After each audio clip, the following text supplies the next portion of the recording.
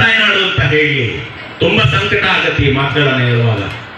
ಹಾಗೆ ಹೇಳಿದ ಬಾಬಾ ಸಾಹೇಬ್ ಅಂಬೇಡ್ಕರ್ ಎಂತಹ ರಾಷ್ಟ್ರೀಯವಾದಿ ಅಂದ್ರೆ, ನನಗೆ ತಾಯ್ನಾಡಿಲ್ಲ ಅಂತ ಗಾಂಧೀಜಿಯವರ ಜೊತೆ ಹೇಳಿದ ಬಾಬಾ ಸಾಹೇಬರು ಅಂತಿಮವಾಗಿ ಹೇಳಿದ್ದು ಏನು ಗೊತ್ತಾ?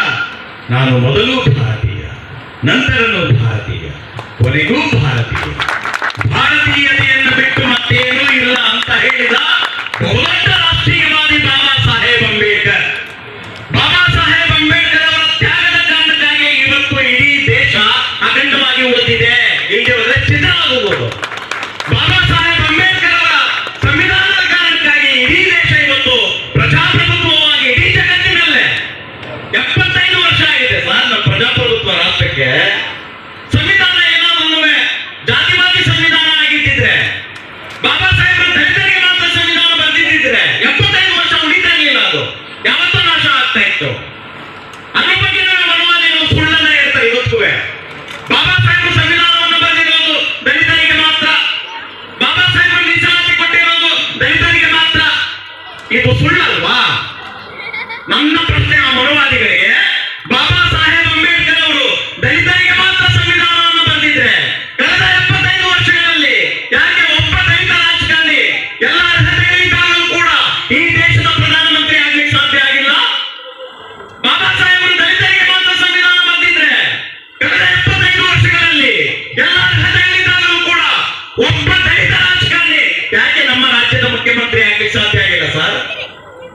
ಇದು ಏನನ್ನ ಹೇಳುತ್ತೆ ಅಂದ್ರೆ, ಬಾಬಾ ಸಾಹೇಬರು ಜಾತ್ಯತೀತವಾಗಿ, ಧರ್ಮಾತೀತವಾಗಿ, ಲಿಂಗಾತೀತವಾಗಿ ಸಂವಿಧಾನವನ್ನು ಬರೆದಿರುವ ಕಾರಣಕ್ಕಾಗಿ ಇದು ಪ್ರಜಾಪ್ರಭುತ್ವ ರಾಷ್ಟ್ರವಾಗಿದೆ ಸರ್. ಬಾಬಾ ಸಾಹೇಬರು ಮೀಸಲಾತಿಯನ್ನು ದಲಿತರಿಗೆ ಮಾತ್ರ ಕೊಟ್ಟಿದ್ದಾರೆ ಎನ್ನುವ ಸುಳ್ಳು ಆಪಾದನೆ ಇವತ್ತು ಇದೆ, ಅನುಮಾನ ಇದೆ. ದಲಿತರಿಗೆ ಮಾತ್ರ ಮೀಸಲಾತಿ ಇಲ್ಲ. ಮೀಸಲಾತಿಯಲ್ಲಿ 18% ಮೀಸಲಾತಿ ಎಸ್ಸಿ ಎಸ್ಟಿಗಳಿಗೆ ಮಾತ್ರ ಇದೆ. ಉಳಿದ 32% ಯಾಗಿದೆ? ಕಳೆದ 75 ವರ್ಷಗಳಲ್ಲಿ ಈ 32% ಮೀಸಲಾತಿಯನ್ನು ಅನುಭವಿಸಿರೋರು ಯಾರು? ಈ ದೇಶದ ಹಿಂದುಳಿದ ವರ್ಗದವರು, ಈ ದೇಶದ ಒಕ್ಕಲಿಗರು, ಲಿಂಗಾಯತರು, ಕುರುಬರು, ಕಬ್ಬಲಿಗರು, ಈ ದೇಶದ ಮುಸಲ್ಮಾನರು, ಹಿಂದೂಗಳು, ಕ್ರೈಸ್ತರು, ಸಿಖ್ಖರು, ಇವರೆಲ್ಲರಿಗೂ ಕೂಡ ಮೀಸಲಾತಿ ಇದೆ. EWS 10% ಮೀಸಲಾತಿ ಇವತ್ತು ಬ್ರಾಹ್ಮಣರನ್ನು ಒಳಗೊಂಡ ಹಾಗೆ ಇದೆ ಸರ್. ಬಾಬಾ ಸಾಹೇಬರಿಗೆ ಈ ದೇಶ ಅವಮಾನ ಮಾಡಿದೆ, ಹಲ್ಲೆ ಮಾಡಿದೆ, ಕುಡಿಯೋದಕ್ಕೆ ನೀರು ಕೊಟ್ಟಿಲ್ಲ, ಜಾತಿ ಕಾರಣಕ್ಕಾಗಿ. ಆ ಎಲ್ಲ ನೋವು ಸಂಕಟಗಳು ಬಾಬಾ ಸಾಹೇಬರ ಎದೆ ಒಳಗಡೆ ಇತ್ತು. ಅವ್ರು ಯಾವತ್ತೂ ಪ್ರತಿಕಾರವನ್ನ ಯೋಚನೆ ಮಾಡಲಿಲ್ಲ, ದ್ವೇಷ ಇರಲಿಲ್ಲ ಅವರಿಗೆ.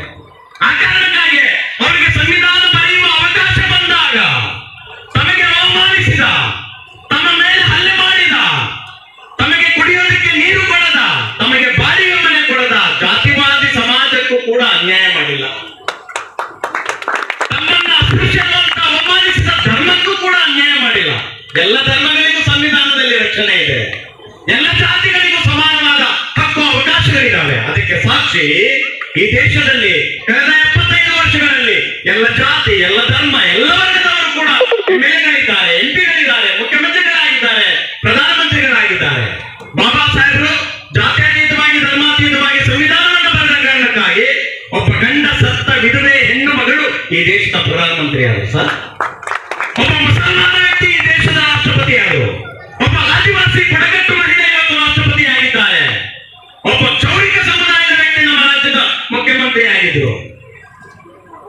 ಒಬ್ಬ ಮಹಿಳೆ ಪಶ್ಚಿಮ ಬಂಗಾಳದಲ್ಲಿ ಮುಖ್ಯಮಂತ್ರಿ, ತಮಿಳುನಾಡಿನಲ್ಲಿ ಮುಖ್ಯಮಂತ್ರಿ. ಯಾಕೆ ಅಂದ್ರೆ because of Baba Saheb Ambedkar, because of constitution. ಯಾವುದೋ ಒಂದು ಜಾತಿ ಪರವಾಗಿ ಬರೆದಲ್ಲ ಅದು. ಬಾಬಾ ಸಾಹೇಬರು ಎಂತ ತ್ಯಾಗ ಮಾಡಿದ್ದಾರೆ ಅಂದ್ರೆ, ರೌಂಡ್ ಟೇಬಲ್ ಕಾನ್ಫರೆನ್ಸ್ ಅಲ್ಲಿ ಭಾಗವಹಿಸಿದ ಬಾಬಾ ಸಾಹೇಬ್ ಅಂಬೇಡ್ಕರ್ ದಲಿತರಿಗಾಗಿ ಪ್ರತ್ಯೇಕ ಮತದಾನದ ಹಕ್ಕನ್ನು ತಂದ್ರು. ಗಾಂಧೀಜಿ ಜನರಲ್ಲಿ ಉಪವಾಸ ಕೂತ್ರು, ಅದನ್ನ ನೀವು ಬಿಡಬೇಕು ಅಂತ. ಅಂಬೇಡ್ಕರ್ ಇಲ್ಲ ಇಲ್ಲ, ನನ್ನ ಜನರ ಪ್ರಗತಿಗಾಗಿ ತಂದಿದ್ದೀನಿ ಸರ್, ಬೇರೆ ಜನಕ್ಕೆ ನಾನು ಮೋಸ ಮಾಡ್ತಾ ಇಲ್ಲ ಅಂತ. ಇಲ್ಲ, ನೀನು ಬಿಡಲೇಬೇಕು, ಇಲ್ಲ ನಾನು ಉಪವಾಸ ಕೂರ್ತೀನಿ ಅಂತ. ಅಂಬೇಡ್ಕರ್ ಅವರ ಮೇಲೆ ಅವತ್ತು ಒತ್ತಡ ಇತ್ತು. ಈ ಪ್ರತ್ಯೇಕ ಮತದಾನದ ಹಕ್ಕನ್ನು ವಾಪಸ್ ಕೊಡೋದ್ರೆ ನಿನ್ನನ್ನ, ನಿನ್ನ ಜನರನ್ನ ಕೊಲೆ ಮಾಡ್ತೀವಿ, ರಕ್ತಪಾತ ಮಾಡ್ತೀವಿ ಅಂತ ಹೆದರಿಸುದು ಸರ್. ಬ್ಲಾಕ್ ಮೇಲ್ ಮಾಡಿದ್ರು. ಅವತ್ತು ಅಂಬೇಡ್ಕರ್ ಯೋಚನೆ ಮಾಡ್ತಾರೆ, ಗಾಂಧೀಜಿಯವರ ಯರವಾಡ ಜೈಲಿನಲ್ಲಿ ಉಪವಾಸ ಕೂತಿದ್ದಾರೆ. ಅಕಸ್ಮಾತ್ ಅವರೇನೋ ಸತ್ರೆ ನನ್ನ ಮೇಲೆ, ನನ್ನ ಸಮುದಾಯದ ಮೇಲೆ ಶಾಶ್ವತ ಗಾಂಧಿ ಕೊಂದವರು ಅಂತ. ಅದಾಗಬಾರ್ದು. ಗಾಂಧಿ ಸತ್ರೆ ಇಡೀ ದೇಶದಲ್ಲಿ ರಕ್ತಪಾತ ಆಗುತ್ತೆ, ದೇಶ ನುಚ್ಚುನೂರಾಗುತ್ತೆ. ಅದಾಗಬಾರ್ದು.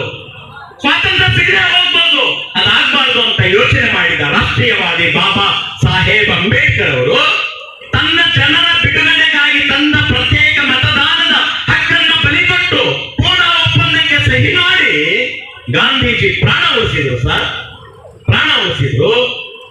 ಆದ್ರೆ ಈ ದೇಶ ಅದನ್ನ ಮರ್ತಿದೆ ಅದು ಅಲ್ವಾ?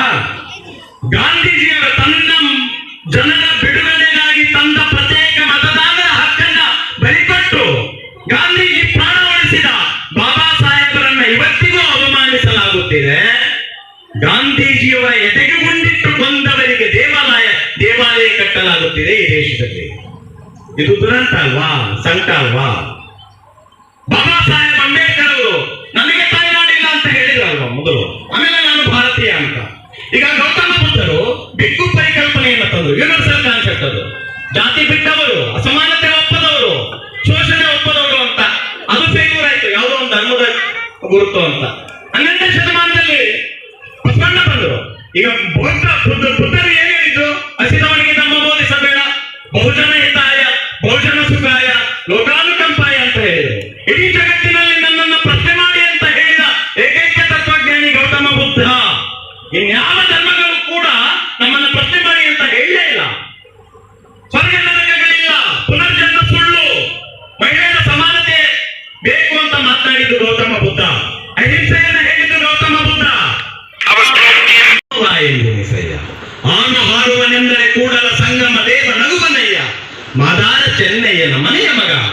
ಬ್ರಾಹ್ಮಣನಾದ ಬಸವಣ್ಣ ಜಾತಿಯ ಅಹಂಕಾರನೂ ತಪ್ಪು, ಜಾತಿಯ ಕೀಳರಿಮೆನೂ ತಪ್ಪು. ಅದೆರಡು ಮಾನಸಿಕ ರೋಗ. ಅದನ್ನು ಬಾಬಾ ಸಾಹೇಬರು ಹೇಳಿದರು, ಜಾತಿ ವಿನಾಶ ಅಂತ. Annihilation of caste, cultivation of the mind. ನಿಮ್ಮ ಮಾನಸಿಕ ಗುಲಾಮಗಾರಿಕೆಯಿಂದ ನೀವು ಬಿಡುಗಡೆಗೊಳ್ಳಿ ಅಂತ. Cultivation of the mind should be the ultimate aim of human existence ಅಂತ ಬಾಬಾ ಸಾಹೇಬರು ಹೇಳಿದ್ದು. ಅದನ್ನ 12ನೇ ಶತಮಾನದಲ್ಲಿ ಬಸವಾದಿ ಶರಣರು ಹೇಳಿದ್ದಾರೆ. ಬಸವಣ್ಣ ಮಾದಾರ ಚೆನ್ನಯ್ಯನ ಮನೆಯ ಮಗ. ಗಾಂಧೀಜಿ ಏನ್ ಹೇಳಿದ್ರು ಅಂದ್ರೆ ಅಂಬೇಡ್ಕರ್ ಅವರೇ, ನನ್ನ ಬಗ್ಗೆ ನಿಮ್ಗೆ ಯಾಕೆ ಅನುಮಾನ? ಯಾಕೆ ನೀವು ನನ್ನನ್ನ ಪದೇ ಪ್ರಶ್ನೆ ಮಾಡ್ತೀರಿ? ನನಗೂ ದಲಿತರ ಮೇಲೆ ಕಾಳಜಿ ಇದೆಯಪ್ಪ, ಅದಕ್ಕೆ ಹರಿಜನ ಸಂಘ ತೆಗೆದಿದ್ದೀನಿ, ಅಸ್ಪೃಶ್ಯತಾ ನಿವಾರಣಾ ಹೋರಾಟ ಮಾಡ್ತಾ ಇದ್ದೀನಿ, ನಾನು ದಲಿತರ ದತ್ತು ಮಗ ಅಂತಾರೆ ಗಾಂಧೀಜಿ. ತಕ್ಷಣ ಅಂಬೇಡ್ಕರ್ ಪ್ರತಿಕ್ರಿಯೆ ಮಾಡ್ತಾರೆ, ಸಮಸ್ಯೆ ಇರೋದು ಇಲ್ಲೇ ಗಾಂಧೀಜಿಯವರೇ, ನೀವು ದಲಿತರ ದತ್ತು ಮಗ, ನಾನು ದಲಿತರ ಮನೆಯ ಮಗ. ಮನೆಯ ಮಗನಿಗೆ ಗೊತ್ತಿರುವ ಅವಮಾನ, ಸಂಕಟ, ಹಸಿವು, ಅಪಮಾನಗಳು ದತ್ತು ಮಗನಿಗೆ ಗೊತ್ತಿರಲ್ಲ ಸರ್. ಅದಕ್ಕೆ ನನಗೆ ಸ್ವಲ್ಪ ಸಿಟ್ಟು ಅಂತ. ನನಗೆ ಕುತೂಹಲ ಏನಂದ್ರೆ, 20ನೇ ಶತಮಾನದ ಗಾಂಧೀಜಿ ಮುಂದಿನ ಜನ್ಮ ಅನ್ನೋದು ಇದ್ರೆ ನಾನು ಅಸ್ಪೃಶ್ಯನಾಗಿ ಹುಡ್ತೇನೆ ಅಂತ ಹೇಳಿದ್ರು, ನಾನು ದಲಿತರ ದತ್ತು ಮಗ ಅಂತ ಹೇಳಿದ್ರು. ಆದ್ರೆ 12ನೇ ಶತಮಾನದ ಬಸವಣ್ಣ ನಾನು ಮಾದಾರ ಚೆನ್ನಯ್ಯನ ಮನೆಯ ಮಗ ಅಂತ ಮಾತನಾಡಿದ್ರಲ್ಲ. ಜಾತಿ ವಿನಾಶ ಯಾವಾಗ ಸಾಧ್ಯ ಅಂದ್ರೆ ಅಂತರ್ಜಾತಿ ವಿವಾಹ ಆಗ್ಬೇಕು ಅಂತ ಬಸವಣ್ಣ ಹೇಳಿದ್ರು. ಅದೇ ಮಾತನ್ನು ಬಾಬಾ ಸಾಹೇಬ್ ಜಾತಿ ವಿನಾಶ ಪುಸ್ತಕದಲ್ಲಿ ಕೂಡ ಅದನ್ನ ಮಾತನಾಡಿದ್ರು. ಸಹಪಂಕ್ತಿ ಭೋಜನ, ಎಲ್ಲ ಜಾತಿ ಅದನ್ನ ಒಟ್ಟಿಗೆ ಕೂತು ಊಟ ಮಾಡಪ್ಪ, ದಾಸೋಹ ಮಾಡಿ ಜಾತಿ ಹೋಗುತ್ತೆ ಅಂತ 12ನೇ ಶತಮಾನದಲ್ಲಿ ಹೇಳಿದ್ರು. ಇವತ್ತೇನಾಗಿದೆ? ಬಸವಣ್ಣನನ್ನ ಒಂದು ಜಾತಿ ಸೀಮಿತಗೊಳಿಸಿದ್ವಿ. ಬಸವ ಕಲ್ಯಾಣದಲ್ಲಿ ಶರಣರಿಲ್ಲ. ಯಾಕೆ? ನಾವೆಲ್ಲ ನಮ್ಮ ಜಾತಿ ಶರಣರನ್ನ ಎತ್ಕೊ ಬಂದಿದ್ದೀವಿ. ಜಾತಿ ಶರಣರ ಜಯಂತಿಗಳನ್ನು ಆಚರಿಸ್ತಾ ಇದ್ವಿ. ಇದು ಅಪಮಾನ ಅಲ್ಲ. 12ನೇ ಶತಮಾನದ ಶರಣರು ಎಲ್ಲ ಜಾತಿ, ಎಲ್ಲ ಕಾಯಕ, ಎಲ್ಲ ಸಮುದಾಯದವರು ಸೇರಿ ವಚನ ಕ್ರಾಂತಿ ಮಾಡಿದ್ರು, ಅನುಭವ ಮಂಟಪ ಕಟ್ಟಿದ್ರು. ಅಲ್ಲಿ ಒಬ್ಬ ವೇಶ್ಯ ಹೆಣ್ಣು ಮಗಳು ಇರ್ತಾ ಇದ್ರು, ಅಕ್ಕ ಮಹಾದೇವಿ, ಸೂಳೆ ಸಂಕವ್ವೆ, ಐದಕ್ಕಿಲಕ್ಕಮ್ಮ, ಅಂಬಿಗಾ ಚೌಡಯ್ಯ, ಅಲ್ಲಮ್ಮ ಪ್ರಭು, ಚನ್ನಬಸವಣ್ಣ ಎಲ್ಲ ಇರ್ತಾ ಇದ್ದಾರೆ. ಜಾತಿ ವಿನಾಶ ಚಳವಳಿಯನ್ನು ಮಾತನಾಡಿದ ಬಸವಣ್ಣ ಇವತ್ತು ಜಾತಿಗೆ ಸೀಮಿತವಾಗಿ ಅವ್ರಿಗೆ ನಾವು ಅವಮಾನ ಮಾಡ್ತಾ ಇದ್ವಲ್ಲ, ಇದು ಮಾತು ಕೇಳದ ಭಾರತ ಸರ್. ಬುದ್ಧನ ಮಾತನ್ನು ಕೇಳಿಸ್ಕೊಳ್ಳೇ ಇಲ್ಲ, ಬಸವಣ್ಣನ ಮಾತನ್ನು ಕೇಳಿಸ್ಕೊಳ್ಳೇ ಇಲ್ಲ, ಬಾಬಾ ಸಾಹೇಬ್ರ ಮಾತು ಕೇಳುತ್ತಾ ಈ ದೇಶ, ಅವರ ಭವಿಷ್ಯ ಮಹಾರ್. ಅದಕ್ಕೆ ಇದು ಮಾತು ಕೇಳದ ಭಾರತ ಮಾತ್ರವಲ್ಲ, ಇದು ಮಾತು ಕೊಂದ ಭಾರತ, ಮಾತು ಕೊಂದ ಭಾರತ. ಹಾಗಾಗಿ ಬಾಬಾ ಸಾಹೇಬರು ಬಸವಣ್ಣನ ಬಗ್ಗೆ ಗೊತ್ತಿತ್ತು ಅವರಿಗೆ. ಎಸ್ ನಿಜಲಿಂಗಪ್ಪ ಜೊತೆ ಪತ್ರವ್ಯವಹಾರದಲ್ಲಿ ಮಾತನಾಡಿದ್ದಾರೆ. Basavanna was the greatest man in the world, but some people take him ಅಂತ. ಅದನ್ನ ನೋಡಿ, ಬಸವಣ್ಣ ಎಂತ ದೊಡ್ಡ ವ್ಯಕ್ತಿ ಅಂದ್ರೆ ಒಂದ್ಸಾರಿ ಬಸವ ಕಲ್ಯಾಣದಲ್ಲಿ ಬರ್ತಾ ಇದ್ರು, ಎದುರುಗಡೆ ಅರಣ್ಯ ಬಂದ್ರು. ಶರಣ ಬಸವಣ್ಣ ಅಂದ್ರು. ಬಸವಣ್ಣ ಅದಕ್ಕೆ ಶರಣ ಶರಣಾರ್ಥಿ ಹಲ್ಲಯ್ಯ ಅಂದ್ರು. ಅಲ್ಲೇ ನಿಮಗೆ ಯೋಚನೆ ಶುರು ಆಯ್ತು. ನಾನು ಬಸವಣ್ಣನವರಿಗೆ ಹೇಳಿದ್ದು ಒಂದು ಶರಣು, ಆದ್ರೆ ಬಸವಣ್ಣನವರಿಗೆ ವಾಪಸ್ 2 ಶರಣ ಹೇಳಿ ನನ್ನ ಮೇಲೆ ಋಣಭಾರ ಹೊರಿಸಿದ್ದಾರೆ. ಏನ್ ಮಾಡ್ಬೇಕು? ಋಣ ಕಡಿಮೆ ಆಗ್ಬೇಕು ಅಂದ್ರೆ ಅಲ್ಲೇ ಮನೆಗೆ ಬಂದು ಹೆಂಡತಿ ಜೊತೆ ಚರ್ಚೆ ಮಾಡಿ ತೀರ್ಮಾನ ಮಾಡ್ತಾರೆ. ಬಸವಣ್ಣನವರ ಋಣ ಕಡಿಮೆ ಆಗ್ಬೇಕು ಅಂದ್ರೆ ನಮ್ಮಿಬ್ಬರ ತೊಡೆ ಚರ್ಮ ಸುಲಿದು ಪಾದರಕ್ಷೆ ಮಾಡಿ ಬಸವಣ್ಣನಿಗೆ ಕೊಟ್ರೆ ಅದನ್ನ ಅವ್ರು ಮೆಟ್ಕೊಂಡ್ರೆ ಋಣ ಕಡಿಮೆ ಆಗುತ್ತೆ ಅಂತ ಹಾಗೆ ಮಾಡ್ತಾರೆ. ಮರುದಿನ ಪಾದರಕ್ಷೆ ತಗೊಂಡು ಹೋಗ್ತಾರೆ. ಬಸವಣ್ಣ ಹೇಳ್ತಾರೆ, ಏನು ಅಲ್ಲಯ್ಯ ಪಾದರಕ್ಷೆ ವಿಶೇಷವಾಗಿದೆ, ಹೇಗ್ ಮಾಡಿದ್ರಿ? ನಮ್ಮ ತೊಡೆ ಚರ್ಮಗಳಿಂದ. ಬಸವಣ್ಣ, ಯಾಕಪ್ಪ ಅಲ್ಲಯ್ಯ, ಮೊನ್ನೆ ನಾನು ನಿಮಗೆ 1 ಶರಣ ಹೇಳಿದೆ ಬಸವಣ್ಣ, ಅದಕ್ಕೆ ಹೆಚ್ಚಿಗೆ ಇನ್ನೊಂದು ಶರಣ ಹೇಳಿ ನನ್ನ ಮೇಲೆ ಋಣಭಾರ ಹೊರಿಸಿದ್ದೀರಿ. ಋಣ ಕಡಿಮೆ ಆಗ್ಬೇಕು ಅಂದ್ರೆ ನಾವು ದಂಪತಿಗಳು ನಮ್ಮ ತೊಡೆ ಚರ್ಮಗಳಿಂದ ಮಾಡಿದ ಪಾದರಕ್ಷೆಗಳನ್ನ ಮೆಟ್ಕೊಳ್ಳಿ, ಕಡಿಮೆ ಆಗುತ್ತೆ ಅಂತ. ಬಸವಣ್ಣ ಎಂತ ದೊಡ್ಡ ವ್ಯಕ್ತಿ ಅಂದ್ರೆ ಜಾತಿಯ ಸಂಕೇತವಾದ ಶನಿವಾರವನ್ನ ಕಿತ್ತು ಬಿಸಾಕಿ ಹೊರಗಡೆ ಬಂದವರು ಅವರು. ಉಪನಯನ